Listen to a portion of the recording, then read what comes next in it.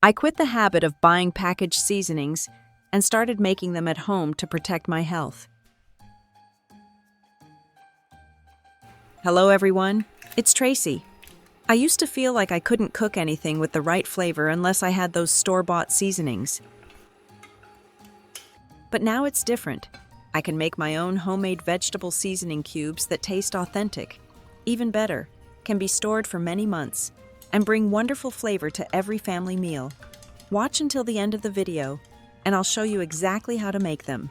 To make these homemade seasoning cubes, you only need simple ingredients that most of us already keep in the kitchen.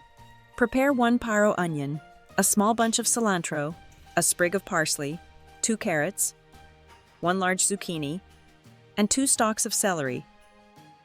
Add half a bell pepper, 1 potato, an onion, and 3 or 4 cloves of garlic.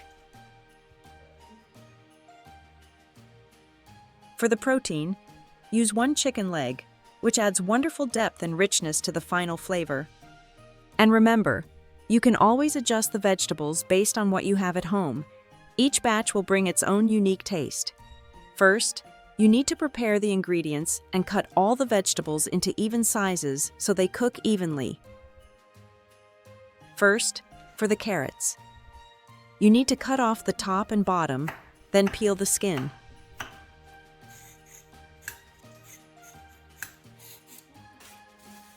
Next, cut them in half and slice them into thin strips. Then cut them into small cubes and place them in a large bowl.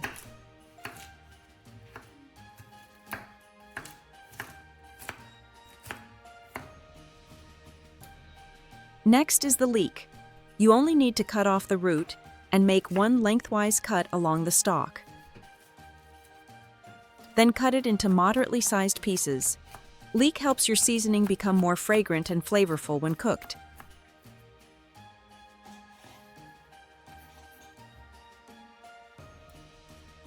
For the zucchini, you need to cut off the top, cut it in half, then slice it into medium pieces. Zucchini helps keep your mixture moist and adds thickness to the sauce.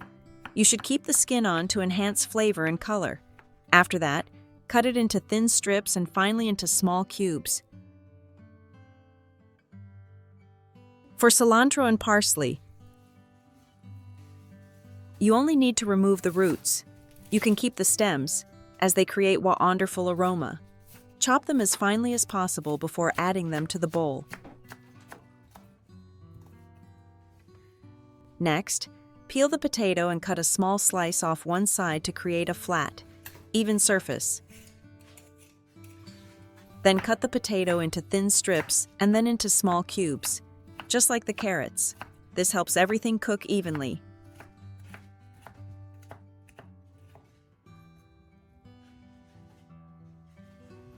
For the bell pepper, you only need half of it. Make sure the seeds and thick white parts inside are removed. Then slice the pepper into thin strips and cut into small cubes.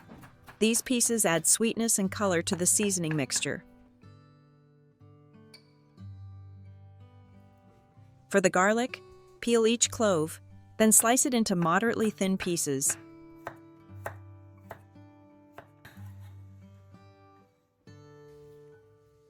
Now comes the onion, the step that makes many of us shed tears. Cut off the top, cut the onion in half, and peel off the outer skin. To reduce the tears, you can chill the onion in the fridge for a few minutes, or rinse your knife under cold water before slicing. Slice the onion into thin layers, then cut across to make small pieces.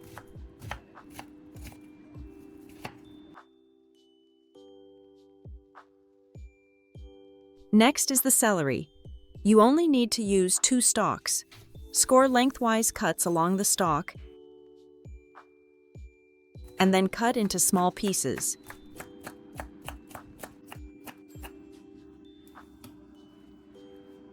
Finally, place everything into a large bowl.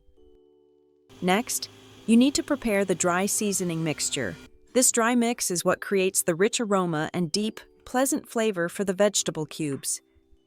Prepare a medium-sized bowl and add 1 tablespoon each of oregano, turmeric, thyme,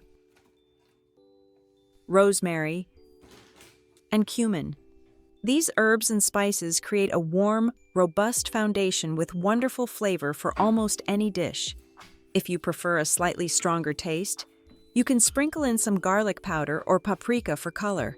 After adding all the ingredients to the bowl, mix all the spices together well. Some herbs may still be in small leaf form, so if you want a smoother mixture, you can grind it in a spice grinder or blender for a few seconds.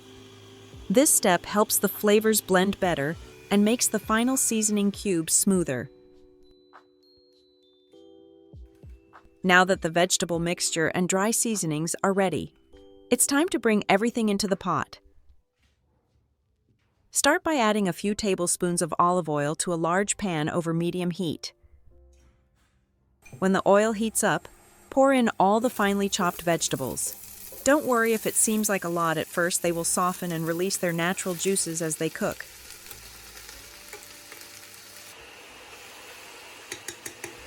At this point, add the chicken leg directly to the pot.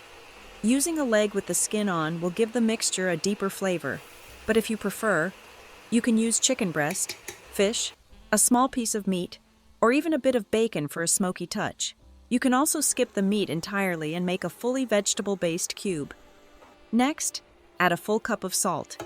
It may seem like a lot, but remember that this amount of salt will be divided into many small cubes that you'll use over several months. Then add 3 heaping tablespoons of the dry seasoning mixture you prepared earlier. Stir everything well until the salt and seasonings coat all the ingredients. As the vegetables heat up, they will release moisture, creating a rich base without needing to add any water. Simmer the mixture until most of the liquid evaporates and the flavors become deeper.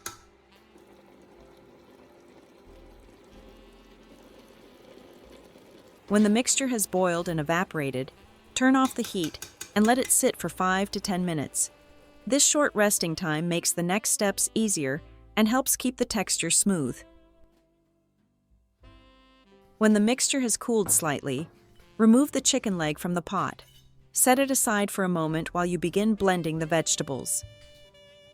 Using a hand blender or a regular countertop blender, blend the mixture until it becomes a thick, smooth paste with no remaining lumps.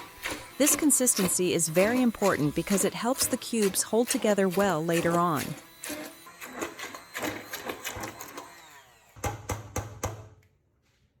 Next, take the chicken leg you removed earlier and scrape off any meat or seasoning left on the bone.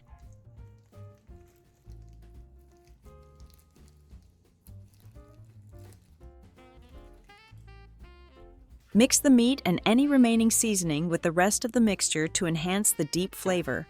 After everything is well combined, add the chicken and blend until the meat is completely minced, stirring occasionally until the mixture thickens and reaches a consistency similar to a dense puree. The thicker the mixture becomes, the better the cubes will hold their shape, and the richer the flavor will be when used in soups or sauces. When the mixture reaches a thick, smooth consistency, it's ready. Next, prepare a baking tray lined with parchment paper and spoon the mixture into the center. Gently spread it toward the edges until you reach the thickness you want.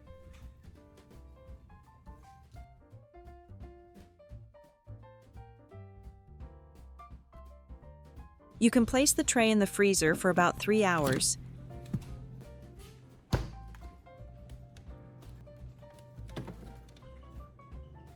Then cut the mixture into small square pieces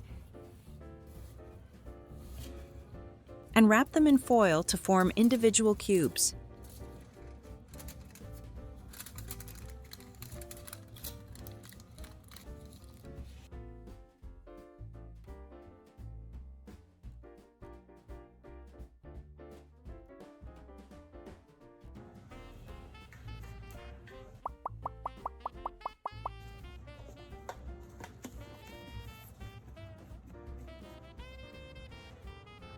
Another option is to put the mixture directly into a container instead of shaping individual cubes.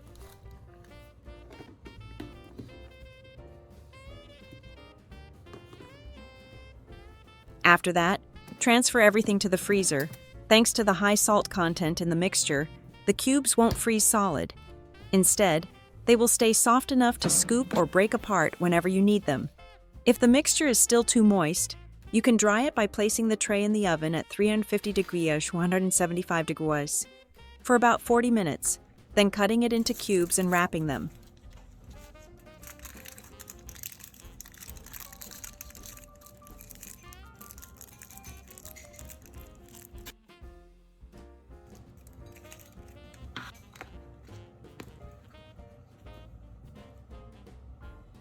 Finally, store everything in the freezer. Whenever you need a quick broth, simply take one small cube or a spoonful of the mixture from the jar, place it into a bowl or pot, then pour hot water over it. As soon as the mixture touches the water, it begins to dissolve, releasing its aroma and rich flavor. Give it a gentle stir, and within seconds you'll have a warm, comforting broth that tastes like it has been simmering for hours. You can adjust the amount depending on how strong you want the flavor to be. Use more for a deeper, richer broth, or less for something light and delicate. This seasoning is perfect for quick soups, noodles, rice dishes, or even to add extra depth to sautéed vegetables. It's especially helpful on days when you're feeling tired or under the weather and need something soothing without much effort. Instead of reaching for store-bought cubes filled with additives, you now have a homemade option that's healthier, fresher, and always ready when you need it. And that's everything you need to make your own healthy, flavorful seasoning cubes right at home. It's such a simple way to save time, reduce additives, and bring more richness to every meal you cook. I hope this inspires you to try it for yourself and make cooking a little easier and more enjoyable each day. If you found this video helpful, please like, share, and subscribe so you won't miss the next helpful kitchen tip.